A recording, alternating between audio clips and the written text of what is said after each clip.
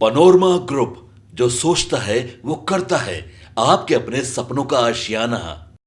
नमस्कार, स्वागत है आपका सिटी पोस्ट लाइव में। मैं हूं मुस्कान। लालू यादव राबड़ी देवी का कौटिल्य नगर वाला नया बंगला 5 सरकारी आवास को मिलाकर बनाया गया है।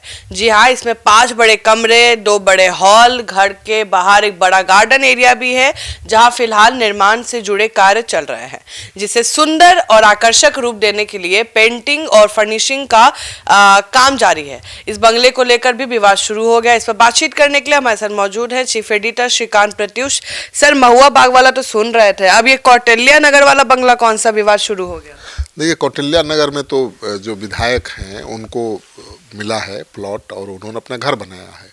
1987 में बिहार सांसद और विधानमंडल के सदस्यों के लिए सहकारी समिति बनी और 15 एकड़ जमीन, सरकारी जमीन इस समिति को दी गई। यह ज़मीन वेटनरी कॉलेज की थी और तब इसको कोऑपरेटिव को ज़मीन देने का मकसद था कि जिन माननीय विधायकों, सांसदों को पटना में आवास नहीं है, उन्हें ज़मीन दिया जाए ताकि वो घर बना सकें।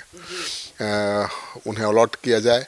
अलॉटमेंट को लेकर कुछ कड़े नियम भी बनाए गए ताकि मनमानी न कर पाएँ और बगल के आवास पर भी कब्जा न कर लें।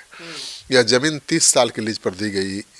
इसका लीज 31 दिसंबर 2017 को ही खत्म हो गया है। 17 में ही खत्म हो गया है? हाँ, लेकिन फिर इसको चुनाव के पहले कहा जा रहा है कि रिन्यू कर दिया गया है। और आरोप है कि नियमों को ताक पर रखकर लालू जी ने ज़मीनें ली। लालू प्रसाद को जब यहाँ ज़मीन साल 1992 में अलॉट हुई, उस समय लालू प्रसाद यादव मुख्यमंत्री थे।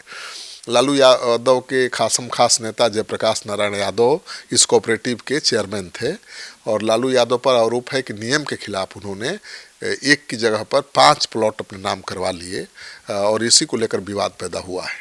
सर, फिर नियम क्या है और लालू यादव ने कैसे खेल कर दिया?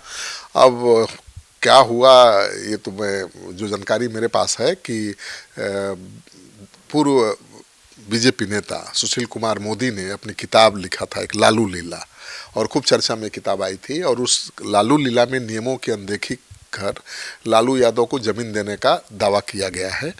और सुशील मोदी ने अपनी किताब लालू लीला में लिखा है कि सहकारी समिति के बायलॉज की कंडिका 45(2) में स्पष्ट प्रावधान है कि किसी भी सदस्य को एक से अधिक प्लॉट लेने की अनुमति नहीं दी जाएगी। साथ ही सहकारी समिति को एक से अधिक प्लॉट किसी को आवंटित या स्थानांतरित करने का अधिकार भी नहीं है। यदि कोई सदस्य अपना प्लॉट बेचना भी चाहे तो सीधे बेच नहीं सकता, उसे नियमानुसार अपना प्लॉट सहकारी समिति को ही सरेंडर करना पड़ेगा ताकि प्रतीक्षा कर रहे विधायकों और एमएलसी को इसे दिया जा सके। तब समिति की मिलीभगत से लालू प्रसाद यादव, जयप्रकाश नारायण यादव ने एक प्लॉट पहले से आवंटित रहने के बावजूद एक अतिरिक्त प्लॉट अपने नाम से करवा लिया। ये लिखा हुआ है लालू लीला में। लेकिन आरोप तो सर 5 फ्लैट लेने का है ना? 5 प्लॉट लेने का है। सुशील मोदी की किताब लालू लीला के मुताबिक प्लॉट 1, पहला प्लॉट लालू यादव को 1992 में मिला, जिसका नंबर है 208। बादशाह प्रसाद आज़ाद को दूसरी बार एमएलसी बनने के बाद 29 जनवरी 2010 को लालू प्रसाद ने आज़ाद से एक और प्लॉट संख्या 207 ले लिया, जो इससे सटा हुआ है। और प्लॉट 2 है राबड़ी देवी। जब मुख्यमंत्री बनी तब पूर्व मंत्री सुधा श्रीवास्तव से 7 नवंबर 2002 को 2422 वर्ग फीट का प्लॉट नंबर 151 की बाउंड्री वाल और बोरिंग सहित लाखों की ज़मीन 72,00,000 रुपये में को लिखवा ली। ठीक है। तीसरा प्लॉट है 1 सितंबर 2003 को मुख्यमंत्री पद पर रहते हुए राबड़ी देवी जी ने तब मंत्री पद पर रहे अब्दुल बारी सिद्दीकी को प्लॉट नंबर 151 देकर उनसे महत्वपूर्ण लोकेशन पर, मैंने अपने पुराने प्लॉट से सटे प्लॉट नंबर 209 को महज 27,000 रुपये में लिखवा लिया।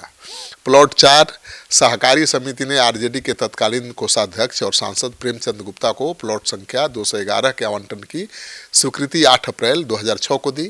प्लॉट नंबर 5, राबड़ी देवी के प्लॉट के बगल का प्लॉट संख्या 210 सामुदायिक भवन के लिए चिन्हित था, लेकिन अपनी सुविधा को देखते हुए उसे साधु यादव को आवंटित कर दिया गया।